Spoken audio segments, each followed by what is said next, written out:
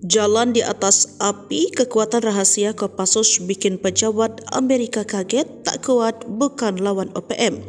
Sudah bukan rahasia lagi jika komando pasukan khusus diterjunkan di berbagai operasi militer berbahaya.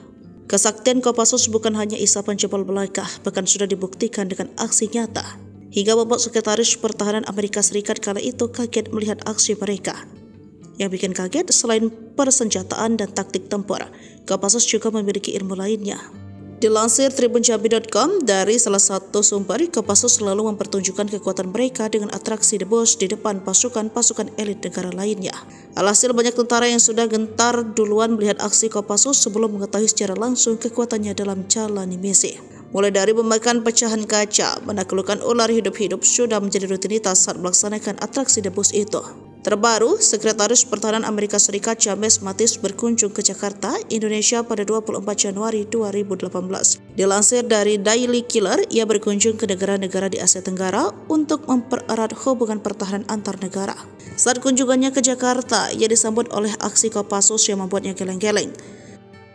Di hadapannya, para Kopassus yang sudah terlatih menampilkan aksi-aksi berdebarkan. Di antaranya adalah minum darah ular kobra, berjalan di atas bara api dan memecahkan balok beton dengan kepala.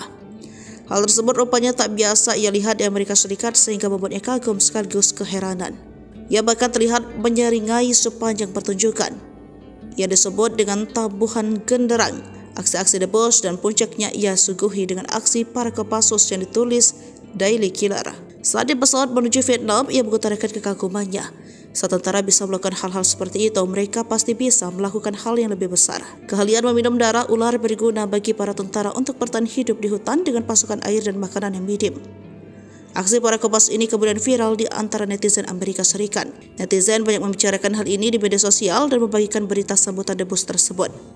Keahlian tersebut tentu tak bisa dibanding dengan gerombolan OPM yang seringkali membuat onar di Papua. Dalam beberapa operasi, OPM seringkali terpukul mundur kala berhadapan dengan Kopassus yang diturunkan di Papua.